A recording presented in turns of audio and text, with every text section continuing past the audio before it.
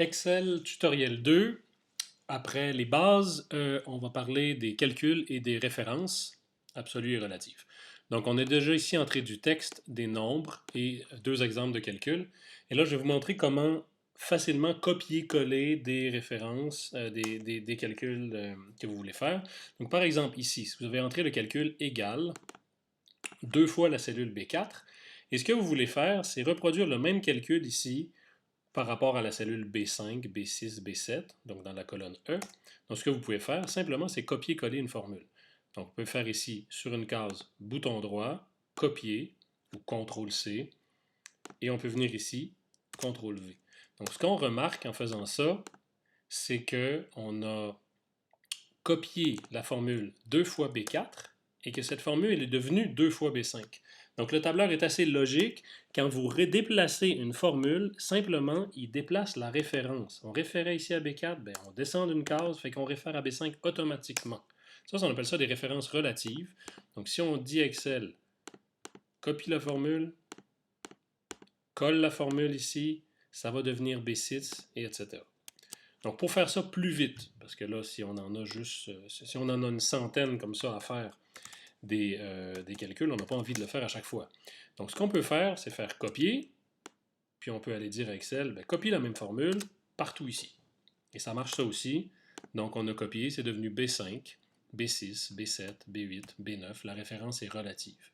Une autre façon de faire exactement la même chose, encore plus vite, c'est de ramasser le petit carré vert. Dans certaines versions, il sera noir. C'est pas la même chose. Donc, marquez que dans l'ensemble du tableur, je me promène, j'ai une croix blanche. Si je viens sur le bord ici, c'est une main qui permet de déplacer quelque chose. Et si on vient sur le coin ici, la croix devient noire. Et donc, en prenant cette croix noire et en la descendant, en cliquant et en descendant, ça fait copier-coller. Donc, pourquoi? Ben, c'est parce que c'est quelque chose qu'on va faire très souvent dans un tableur.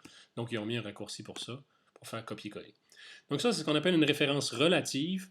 On a fait 2 fois chacune des valeurs. On peut utiliser aussi dans Excel des références absolues. Donc par exemple, si le calcul que je voulais faire, c'est 2 fois B4, ok, ça va, c'est facile d'entrer un 2.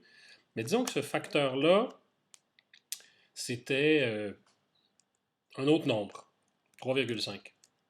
Un autre nombre que j'ai mesuré quelque part. Là, c'est un peu bizarre de faire le temps fois 3,5, mais on va faire abstraction de ça.